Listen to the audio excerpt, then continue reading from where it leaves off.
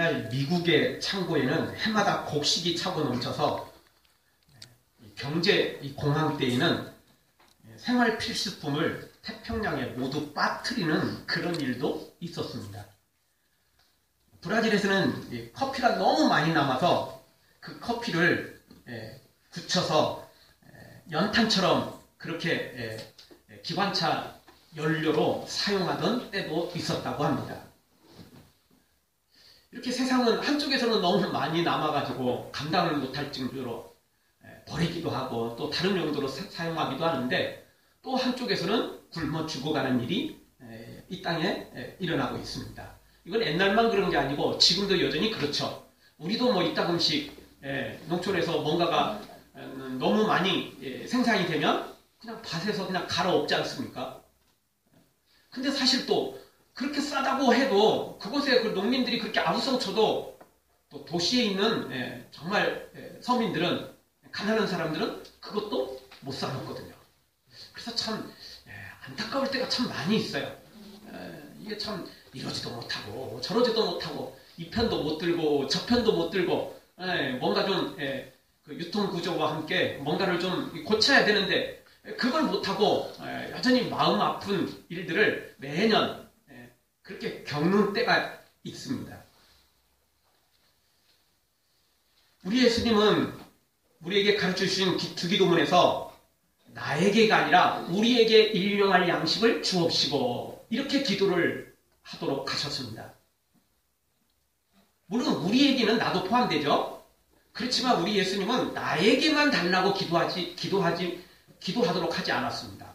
누구에게? 우리에게 일용할 양식을 달라고 그렇게 기도하라는 것입니다. 나만이 아니라 모두를 위해서 함께 기도하기를 원하셨던 거죠.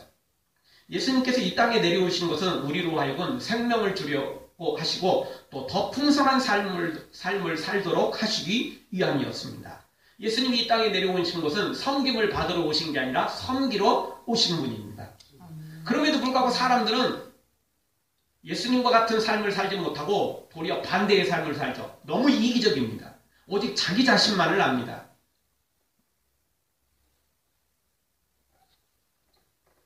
이번에 화재 사건으로 정말 수십 명의 사람들이 희생을 당했는데 참 너무 안타까운 것은 그 비상구만 제대로 좀 해놨어도 그렇게 희생이 클 필요가 없거든요.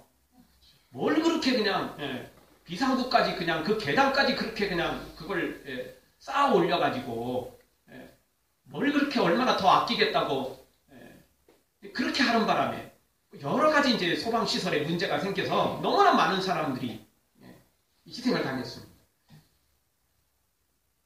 사실 조금만 더 생각하면 이게 참 우리 아이들이 또 우리 가족들이 거기 같이 있다라고 생각된다면 그렇게 비상구를 막아버리고 그냥 또는 소방시설을 그렇게 할 수가 없는 거 아니겠어요? 없는 것도 좀 더 하려고 하는 마음, 그런 마음이 있지 않겠습니까? 내 가족이라고 생각한다면 우리 가족이 거기에 같이 있다고 생각한다면 그렇게 쉽게 하지 않았을 것입니다. 그런데 사람들은 너무 이기적이어서 경제만 생각합니다.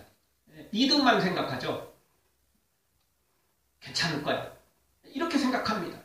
남들도 다 하는데 뭐 이러면서 하여튼 지출되는 건 가능한 줄이고 그리고 이득되는 부분을 가능한 노리는 것을 보게 됩니다.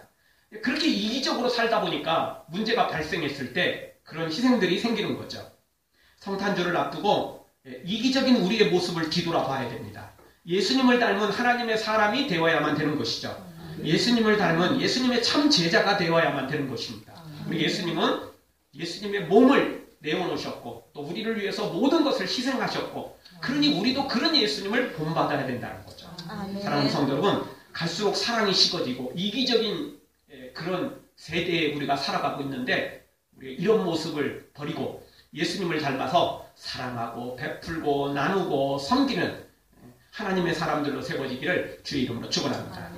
오늘 말씀을 통해서 우리가 예수님이 하신 일을 우리가 본받고 당연히 그 예수님이 하신 일뿐만 아니라 예수님의 마음을 먼저 본받아야 되겠죠. 그리고 예수님이 하신 일도 본받아야 되는데, 자, 예수님이 어떤 일을 하셨는지, 그래서 우리가 그렇게 본받아야 될 예수님의 모습은 어떤 것인지 한번 살펴보겠습니다. 첫 번째 생각할 수 있는 것은 예수님은 가정일에 충실하셨다는 것입니다.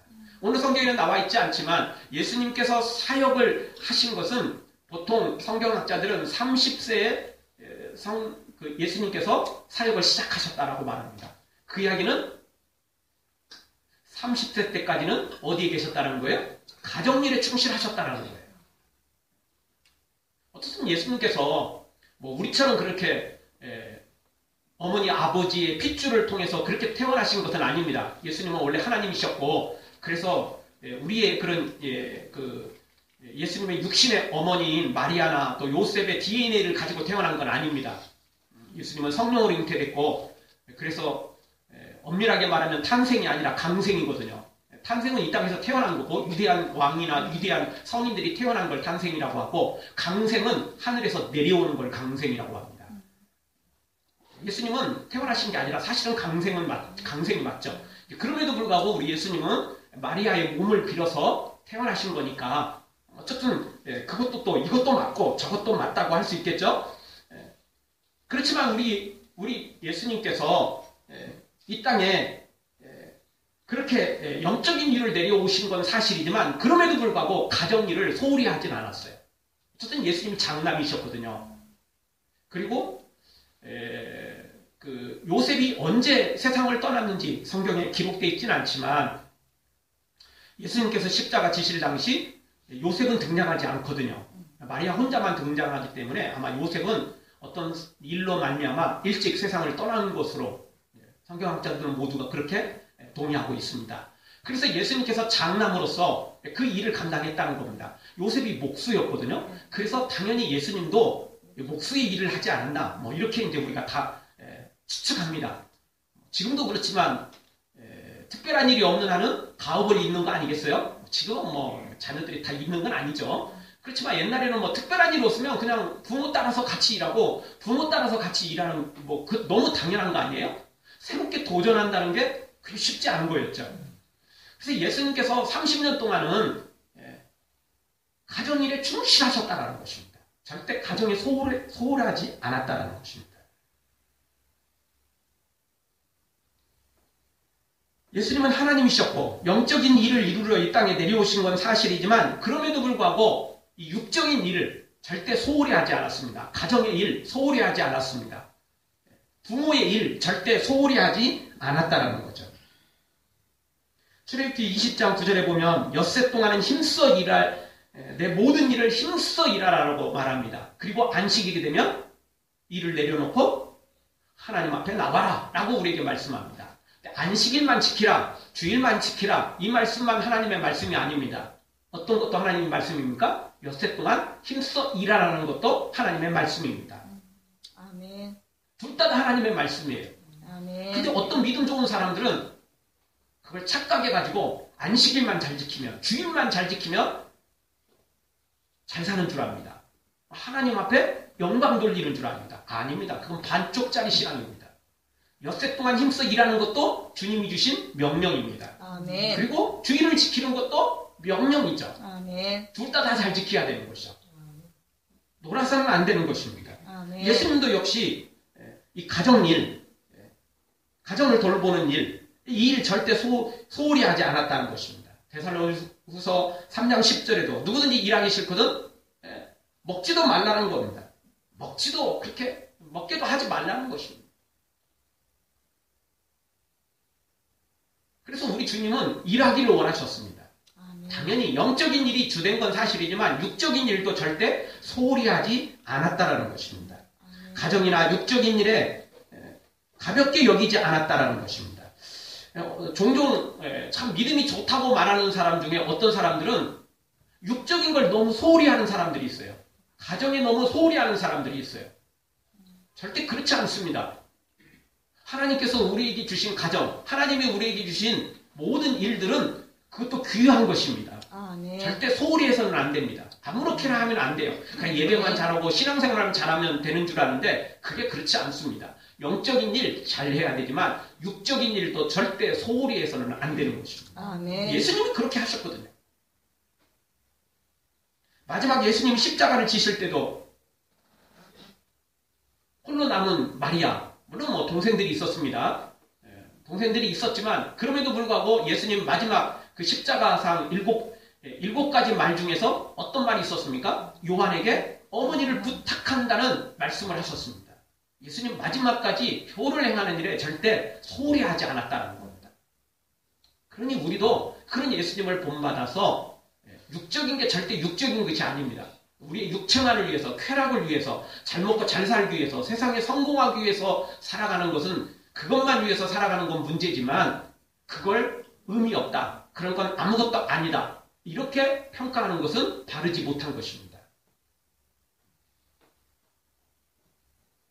사랑하는 성도 여러분, 예수님께서도 가정에 충실하셨던 것처럼 우리도 가정과 주어진 일에 충실히 감당해서 우리 예수님 닮아가는 우리 모두가 되어지기를 주의 이름으로 축원합니다. 두 번째 예수님의 모습은 어떤 모습이셨습니까? 23절에 보니까 천국 복음을 전파하셨습니다. 여러분, 아무리 가정과 나에게 주어진 일이 중요하지만 그렇다고 해서 육적인 일만 하면은 결국은 우리는 무의미해지는 것입니다. 수많은 사람들이 육체적인 일만 하고 끝내버립니다. 잘 먹고 잘 사는 일, 세상에서 성공하는 일, 이것에만 초점을 맞추고 살아갑니다. 그러니 거짓말을 해서라도, 남을 속여서라도, 사기꾼이 돼서라도, 남을 죽여서라도 자기 목을 챙기는 사람들이 세상에 얼마나 많은지 모릅니다. 정치하는 사람들, 고위공직자들, 두말할 것도 없이 정말 너무나 부조리한 게 많고 너무나 더럽고 추한 모습을 보이는데 정말 듣고 보는 것 자체가 이제는 지겨울 정도로 그럴 정도입니다. 왜 그렇습니까? 그게 바로 육적인 삶을 살기 때문에 그렇습니다. 육체만을 위해서, 이 땅의 그 삶만을 위해서 살기 때문에 그렇습니다. 우리는 육체도 중요하지만, 우리의 삶도 중요하지만 우리에게 더 중요한 것은 바로 영적인 삶인 것이라는 사실을 알아야만 되는 것입니다. 우리의 핵심은, 목적은 육적인 삶이 아니라 우리의 육적인 삶을 통해서 더 영적으로 나아가도록 만들어야만 되는 거죠. 그래서 우리 예수님께서는 바로 이 영적인 일에 절대 가볍게 여기지 않았습니다. 그래서 30년의 세월을 끝내고 3년 동안의 이 영적 사역을 시작하시는데 오늘 성경 23절에 보니까 예수님께서 먼저 하신 것은 바로 천국 복음을 전파하는 것이었습니다. 23절, 예수께서 온 갈릴리에 두루 다니사 저희 회당에서 가르치시며 천국 복음을 전파하시며, 천국 복음을 전파하셨다는 것입니다.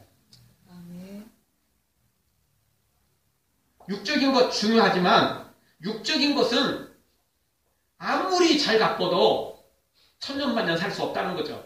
70년, 80년, 90년 삶을 지내고 나면 결국은 우리는 이 땅을 떠날 수밖에 없습니다. 그러니 그것은 한계가 있죠. 영원한 게 아닙니다. 그러니 우리는 천년만년을 바라보고 살 게 아니고 60년, 70년, 80년, 90년 바로 이것만 바라보고 살아야 됩니다. 그 이상은 바라봐도 소용없는 거니까 그것에 맞추고 살아야 되고, 그 다음에 영원한 것은 우리의 영혼이니까 그 다음의 것들을 또 추구하며 살아야 되는 것입니다. 여러분, 요즘은 자동차가 다 오토로 돼 있기 때문에 알아서 그냥 굴러갑니다. 근데 아직도 이제 스틱이 있죠. 수동이 있잖아요. 여러분, 수동 그냥 일단 놓고 그냥 빵 하고 막 50, 100km 이렇게 달릴 수 있습니까? 그렇게 잘 나가지도 않지만 그렇게 했다가는 엔진 다 고장납니다. 때에 맞춰서 기어를 변경시켜줘야 돼요. 1단에 달릴 속도가 있는 거고 2단에 달릴 속도가 있는 거고 5단에 달릴 속도가 있는 거예요. 출발하면서 10km 달리는데 5단 놓고 달리면 엔진 금방 망가져요. 30, 40, 50 달리는데 1단 계속 그냥 밟고 그냥 땡 하고 달리면 엔진 금방 망가지는 거예요. 달릴 수가 없어요. 금방 차 퍼집니다. 때에 맞춰서 살아야 됩니다. 그 단계에 맞춰 살아야 됩니다. 우리는 70년, 80년, 90년은 우리의 육체를 가지고 사는 것이며 그 이후에는 육체는 더 이상 이제 존재할 수가 없습니다. 그럼 그 이후의 삶은 바로 영적으로 살아가는 것입니다. 물론 영적으로는 지금도 살아가는 건 마찬가지입니다. 그런데 그 단계가 바뀌는 거예요. 그러니 영원히 살 것처럼 그렇게 초점을 맞추고 살아서는 안 된다는 것입니다. 그게 초점을 맞추는 건 좋은데 그 초점은 육이 아니라 영혼이라는 걸 기억해야 됩니다. 그러면 그 영혼을 준비해야 돼요. 근데 1단 없이 2단으로 갈 수 없고 1층 없이 2층을 올라갈 수 없고 밑에 단계 없이 위로 올라갈 수 없는 거예요. 그게 점프한다고 되는 게 아닙니다. 아무리 점프를 해도 그래도 내가 디딤돌은 있어야 돼요. 그래야 올라갈 수 있는 거예요. 거기 디디든 안 디디든 그걸 거쳐가서 올라가는 거예요. 그냥 올라갈 수는 없는 겁니다.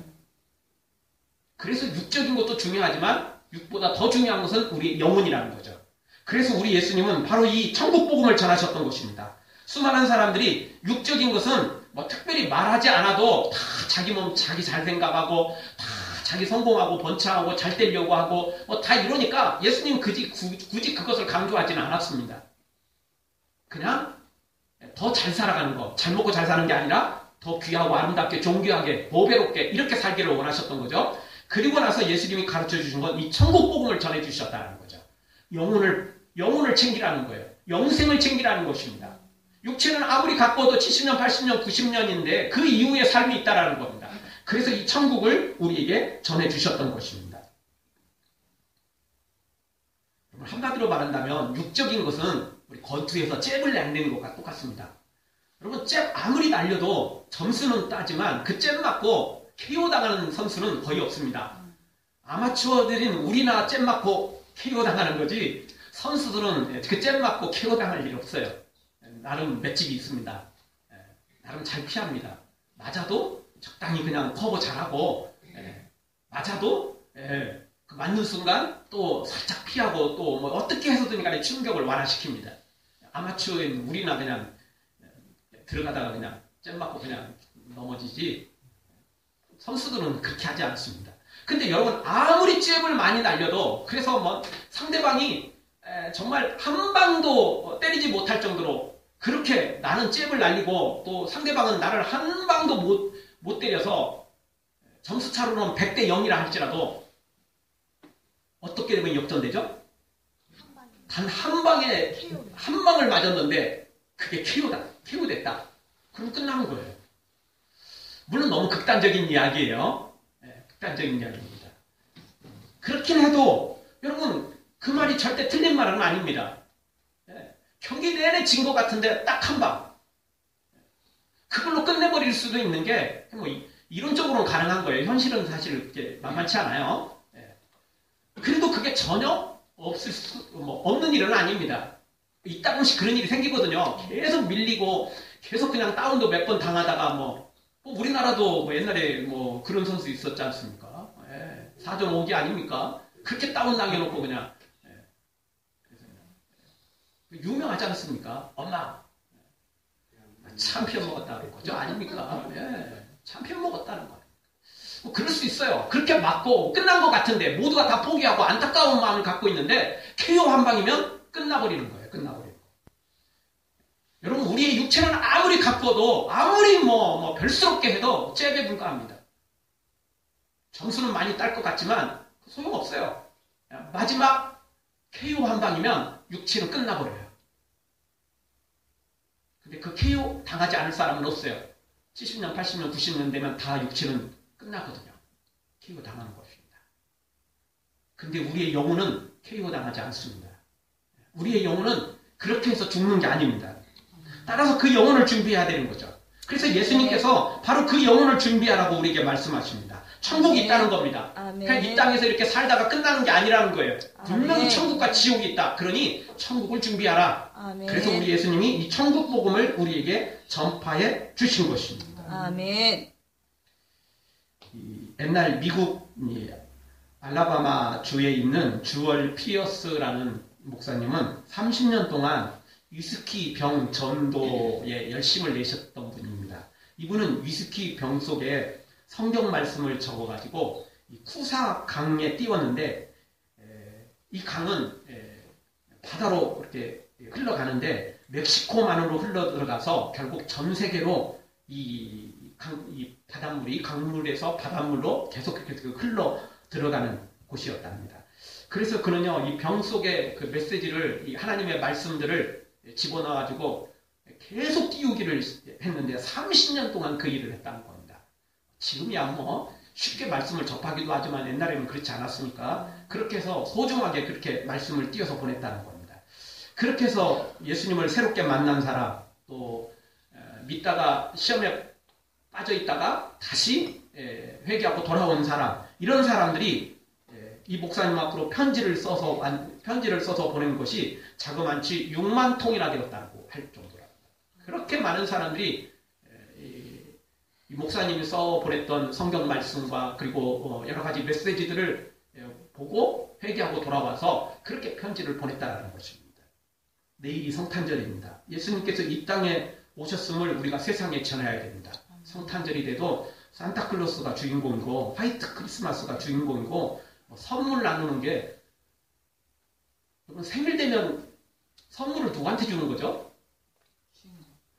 주인공한테 줘야 되는데 주인공은 발로 뻥 차버리고 자기들끼리 선물을 주고받는 게, 그게 어떻게 선물을, 보통 이해를 할 수 없는 일이죠. 성탄절에 하지 말고 딴 날에 하면 몰라. 근데 꼭 성탄절에 그것도 왜?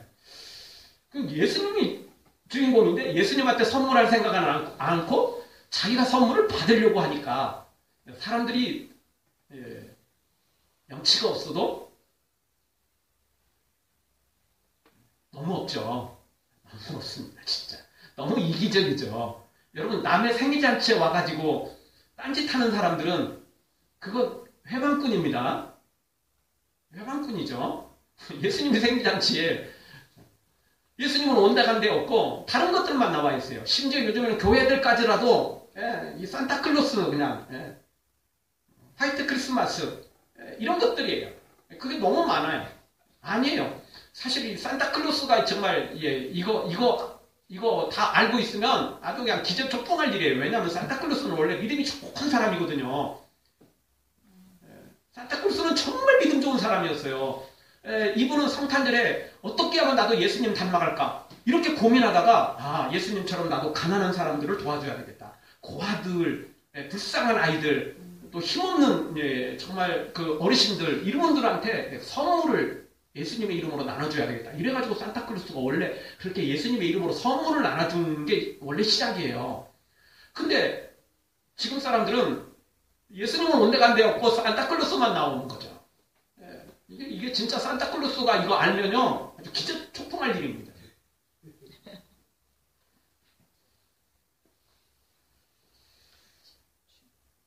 웃고 즐기고 이런 날이 성탄절이 아닙니다. 당연히 웃고 즐기고 행복한 날인 건 사실이지만 예수님과 함께 웃고 즐겁고 행복해야만 진짜 행복으로, 영원한 행복으로 이어지는 것입니다. 아멘. 지금 웃고 즐기다가는 어느 순간 재앙을 만나게 되는 거죠. 엊그제 그 화재도 마찬가지 아닙니까? 다 사우나에 간 거, 목욕탕에 간 건 무엇 때문입니까? 피로도 풀고 몸도 좀 씻고, 참 안타까운 사연은 수능시험 다 마치고 그냥 합격했는데 그 딸과 함께 엄마가 친정집에 들려가지고 그 어머니와 함께 그 노인 어르신을 모시고 거기 갔다 그냥 그런 별을 당했더라고요. 참 시험 다 봤는데 그냥 합격까지 했는데, 그래서 부모에게 효를 행하려고 그렇게 찾아가는데 그런 일이 벌어진 거죠. 그런 일을 누가 알겠습니까? 누가 그런 일을 당할 줄 누가 알았겠냐고요. 우리 인생도 어찌 될지 모르는 것입니다. 잘 먹고 잘 살고 그냥 지금 막 즐기다 보면, 쾌락에 빠지다 보면 어느 순간 재앙이 임하는 것입니다.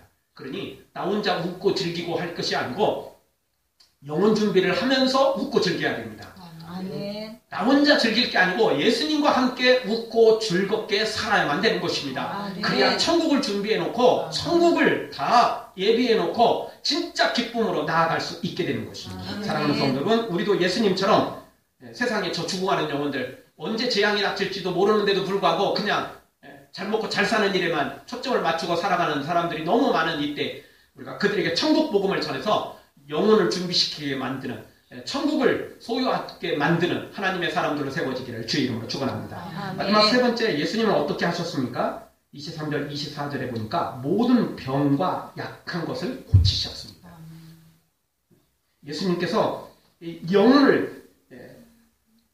영혼이 중요하고 그래서 천국 복음을 전한 것도 사실이지만 그럼에도 불구하고 예수님이 이 육체의 이 질병을 가볍게 여기지 않았습니다. 그 질병도 치유해 주셨다는 것입니다. 아까도 말씀드렸지만 극단적으로 신앙생활하는 사람들이 있어요. 이게 이제 이분법적인 삶인데요. 육은 악하고 영은 선하다. 이런 겁니다.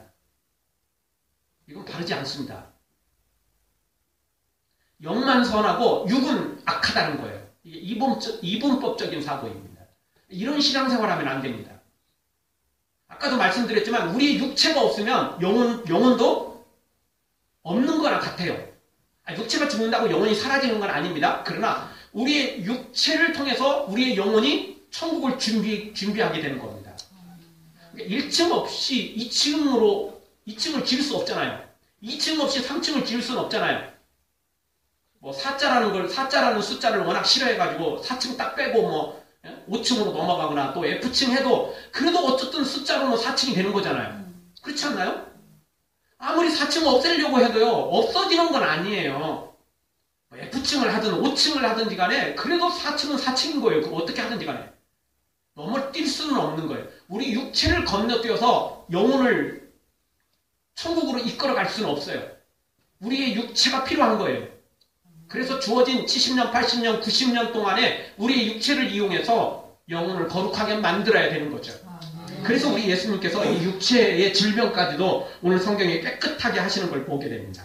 그래서 23절 하반절에 보니까 모든 병과 모든 약한 것을 고치시니 24절에도 보니까 앓는 사람, 각색병, 고통에 걸린 자, 귀신 들린 자, 간질하는 자, 중풍병자들을 데려오니 예수님이 그들을 다 고쳐 주셨다는 것입니다.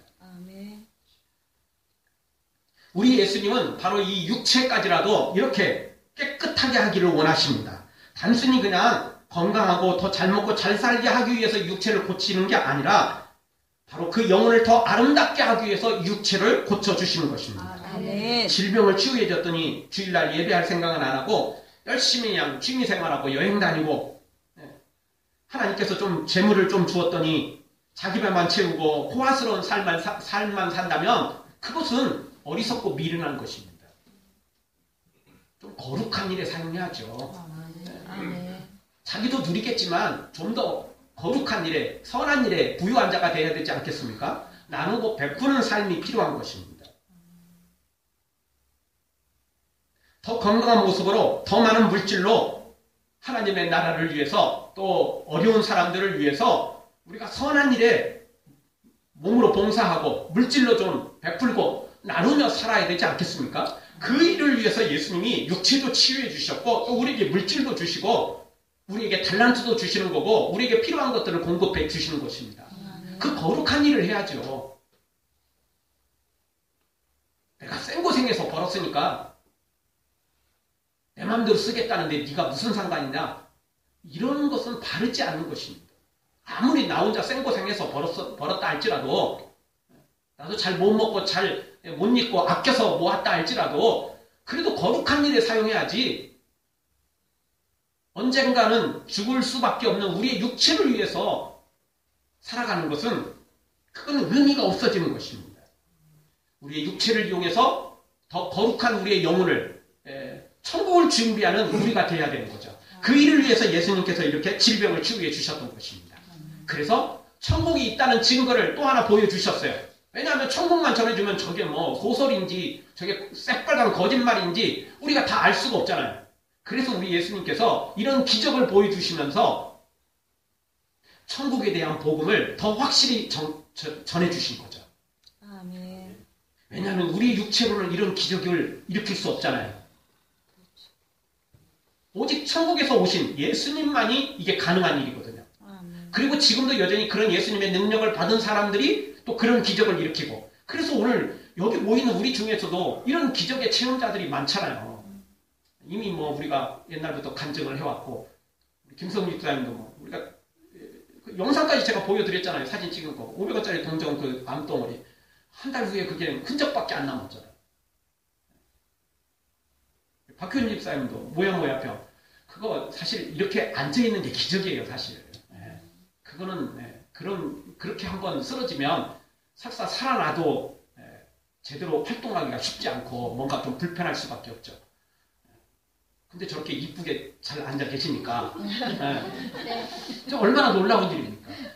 진짜 이 하나님의 기적은 우리가 체험한 사람만 알 수 있고 그리고 그 체험한 것을 영적인 것으로 돌려야만 되는 거죠. 그냥 육적인 걸로 끝내버리면 아무 의미 없어요. 하나님께서 우리를 살려주신 것은, 하나님께서 우리에게 물질을 주신 것은, 하나님께서 우리에게 건강을 주신 것은, 하나님께서 우리에게 달란트를 주신 것은 예수님처럼 살라고 주신 겁니다. 아멘. 그 잘 먹고 잘 살라는 게 아니에요. 웃고 즐기며 살라는 게 아니라는 겁니다.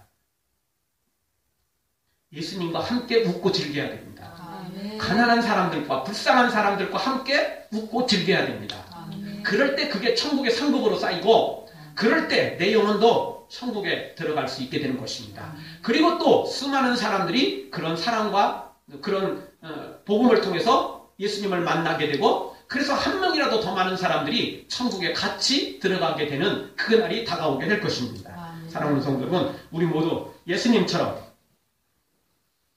육적인 것도 절대 소홀히 여기지 말고 그러면서도 영적인 것을 가장 귀하게 여기고 영적인 것을 우리의 목표로 우리의 핵심으로 삼고 영육간에 예수님을 닮아가서 정말 우리를 통해서 예수님의 향기가 드러나고 우리를 통해서 예수님의 모습이 드러나는 하나님의 사람들로 세워지기를 주의 이름으로 축원합니다. 아멘. 기도하겠습니다. 통성으로 잠깐 기도.